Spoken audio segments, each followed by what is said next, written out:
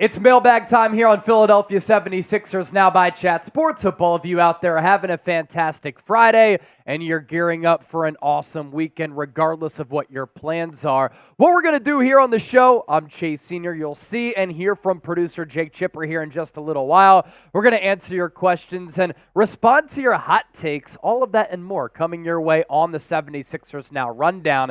But first, I want to hear from you and get the audience going here.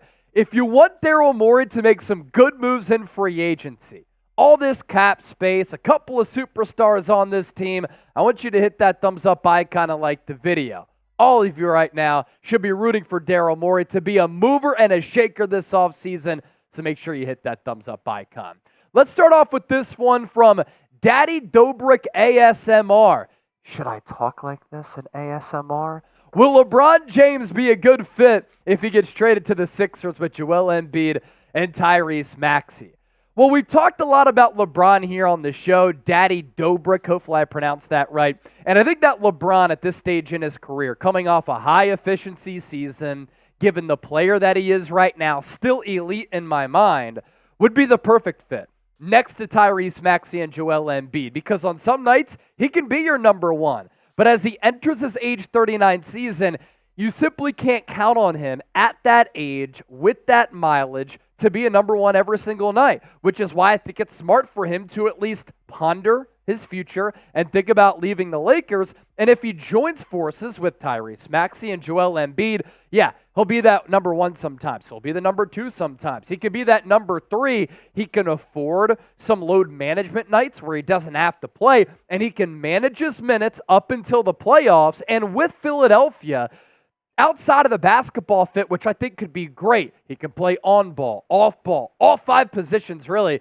If you think about it, they have a chance with LeBron to win a championship. And isn't that the goal for Philadelphia? Shoot, we're talking about a team that hasn't made it past the second round since 2001. Do want to get to this tweet from Brett Siegel. Recent comments to clutch points from league personnel in recent days suggest that in addition to the Lakers and the Suns, how about this? The 76ers may be a third team interested in Bronny James. Bronny and his agent, Rich Paul, have been very selective in terms of which teams they are talking to. Of note, Tyrese Maxey, represented by Rich Paul and Clutch Sports as well. Chip, your thoughts on this one? We talked about this a lot, but let's revisit it. Drafting Bronny James just to have the chance to get LeBron James. I'll tell you what, I would love LeBron on the team, and I'll get to LeBron in a second. Bronny, I'm absolutely not taking him in the first round, okay? You can miss me with that. He is not worthy of, in my opinion, a first-round pick at all, much less a top 16 overall pick, which is where the Sixers are sitting right now. He's just not ready. He should be in the G League, realistically. So I am not taking Bronny in the first round. Second round, I hope that's where this rumor here is coming from, that the Sixers are interested in drafting him in the second round. They didn't get to actually see him in the pre-draft process. He only worked out for the Lakers and the Suns. So I'm really hoping that they're not looking at him in the first round. But when it comes to LeBron, one thing I wanted to add with him, I think he would be such a perfect fit for this team. As you said, LeBron's getting older, obviously, and still such a great player, great talent. But what did the Sixers struggle with so much in the postseason? It was closing games and offense down the stretch. LeBron has seen it all. He's seen everything there is to see when it comes to basketball. So he'd be able to get people in the right position, execute late in games. He can let Maxey, let Embiid cook the first 3 quarters, and then fourth quarter time, LeBron can turn it up a little bit and make sure that the guys are where they need to be. So I don't care about LeBron's age. I am totally on board with LeBron. Bronny, though, not so much. And we talk about LeBron being so efficient last year, one of the most efficient seasons since coming into the league in 2003. He'd be even arguably more efficient playing with those two stars, naturally, because he'll get more open looks, and defensively, he could still get the job done. Next up, Blue Hen 32, are we a possible landing spot for Jimmy Butler? If the Sixers had their way, if the Sixers had their wish, they'd land Jimmy Butler.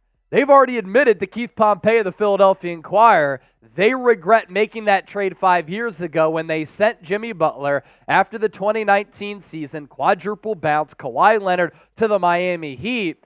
And the big move that they got back, the big player that they got back, Josh Richardson, That's a disaster right there. I just don't think Miami is going to deal Jimmy Butler. I think he's going to return to the Heat.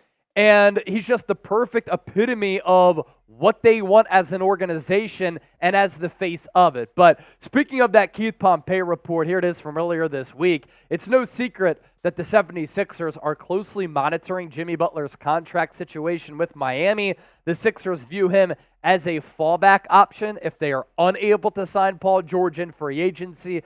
And according to sources, the Sixers are prepared to give Butler a maximum salary extension if things align and he forces a trade out of Miami. Whatever happens, the Sixers realized they made a mistake by sending Butler to the Heat via trade 5 years ago. He brought a relentlessness they have not had since his departure.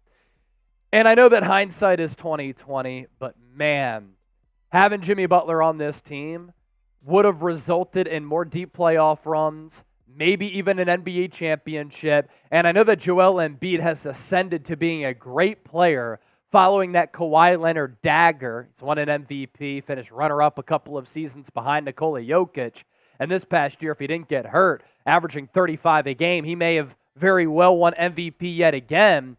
But Butler could have brought him to another level in holding him accountable with the basketball, with his fitness. Most importantly, though, with his mind. Sucks. If you could sign one player in free agency, I want you to hop inside the shoes of Daryl Morey, put on that patented blue jacket that he always seems to wear. Who would it be? Drop me a name down below. More of your questions coming up around the corner, but first, today's 76ers Now is sponsored by Prize Picks. Daily fantasy sports made easy. I promise you, this is the best and the only DFS app that you should be using because it's so easy to use. You pick 2 or more players, you choose more or less on their projected stats, and you can win up to 25 times your money. What's also great is that if you use that link down below, prizepicks.com/CLNS, you get a $100 deposit match. What that means is you put in $100, you get $100 back. I may have failed elementary algebra in college. I can do that simple math, though. Here are picks looking ahead to Game 1 of the NBA Finals. The matchup is set. Mavs, Celtics. Give me Dallas in that series, by the way, but also give me Derek Lively, more than 17 points, rebounds, and dimes. Derek White, more than 23.5 points, rebounds, and dimes. And then Luka Doncic, more than 48.5 points, rebounds, and assists. That's what we like. You can tail us if you want. You can fade us if you want. Either way, download the Prize Picks app. Win big money, withdraw your winnings, pick more, pick less. Pick Prize Picks today. That link is hanging out down in the show notes and in the comment section of this video. Mark Smith, what's good, my guy?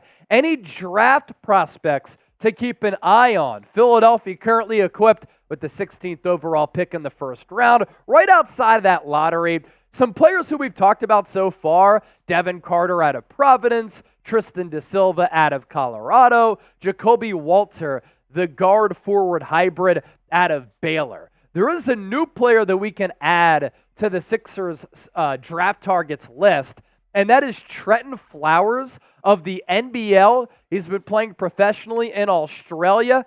G'day, mate. And the Sixers are going to work him out. A couple of other teams have also worked him out too. And he's looked at as an intriguing prospect. Keith Pompey with this intel as well.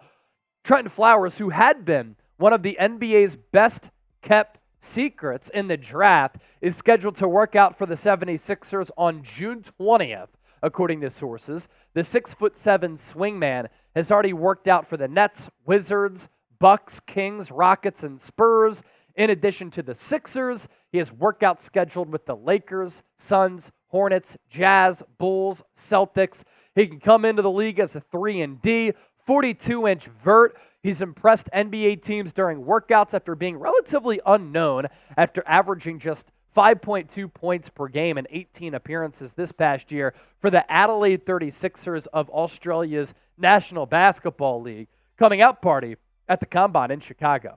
Tested as the most athletic and youngest wing in this draft, 205, graduated high school in 3 years, turned 19 March 8th. Sixers have the number 16 and 41 picks in the draft. And it's going to be a 2-day draft, by the way, as compared to how it's historically been, June 26th and June 27th. So this is a former 5-star recruit in the 2023 class. He had originally committed to play his college basketball at Louisville. Then he decommitted and was like, well, if I can play in a competitive professional league in Australia, make some cheddar, he goes to the Down Under. Credits LaMelo Ball and Josh Giddey as players with similar paths. Josh Giddey, nice. Scouting Flowers, explosive driving to the paint, uber athletic lob threat. He runs the floor hard in transition. Not a knockdown shooter, but is capable of at least growing that to his arsenal. Needs to tighten the handle. It's kind of like Jaylen Brown's was a couple of years ago, like it has the tendency of still being, where it gets a little bit loose, which allows him or leads to him being prone to turning the basketball over. I think that he would more so be a good second-round target.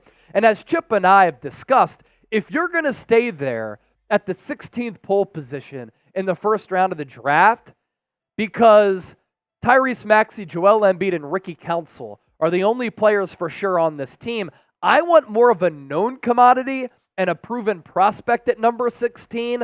I wouldn't take a project at 16 because you might need those minutes on the back half of your rotation. Second round player, kind of intrigued by the athletic profile. Crown me king. I will do that. Who is your perfect free agent to sign? We have discussed a lot of different free agent targets here on the show. As far as the perfect free agent to sign, I still think it's a wing.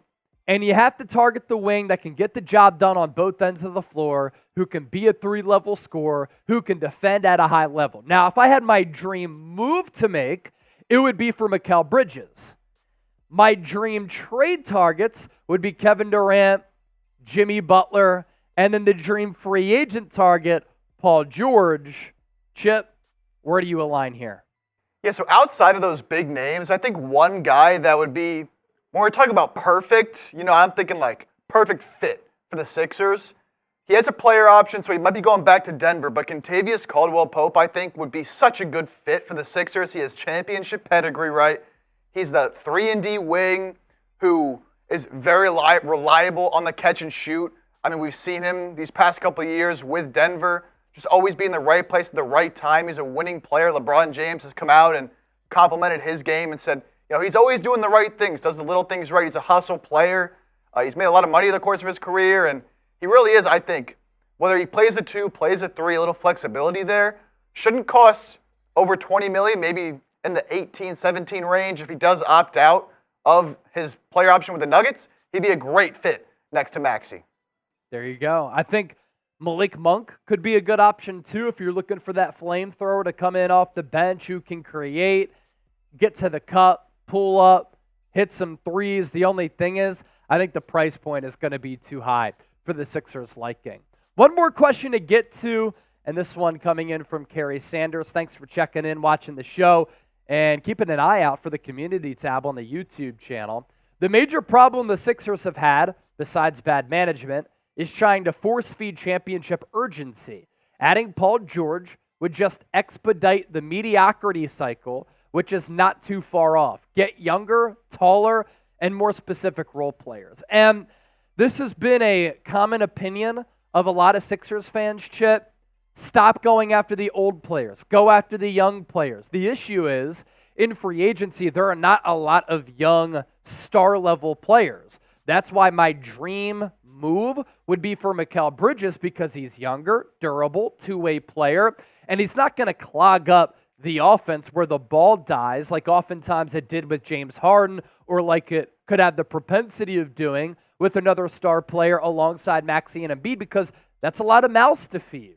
But the reality is, some of the older players are the ones who are available. They're star-level players. But again, the point I try to hammer home, in bringing in an older player, if you have some short-term security as far as the contract with an opt-out at the end, or a player option, or overall it's a shorter deal, the goal here, you're already a championship contender. You add another star who might be older, you're trying to win in the next 2 years. Can you bank on that player being elite for the next 2 years? And Chase, as you said, very common opinion among Sixers fans. I see it in the comments all the time. We don't want LeBron. We don't want Jimmy. We don't want Paul George. They're too old. Go get somebody younger who can grow. Go get all these role players. Look, that's much easier said than done. There's not just these perfect role players always sitting out there in free agency every year. I seen some comments as well saying, look at the teams in the finals right now, or that were at least in the conference finals. Celtics, Mavs, T-Wolves, Pacers, they're all very young teams. And we should be getting younger, not getting older. Why do we go get these older guys?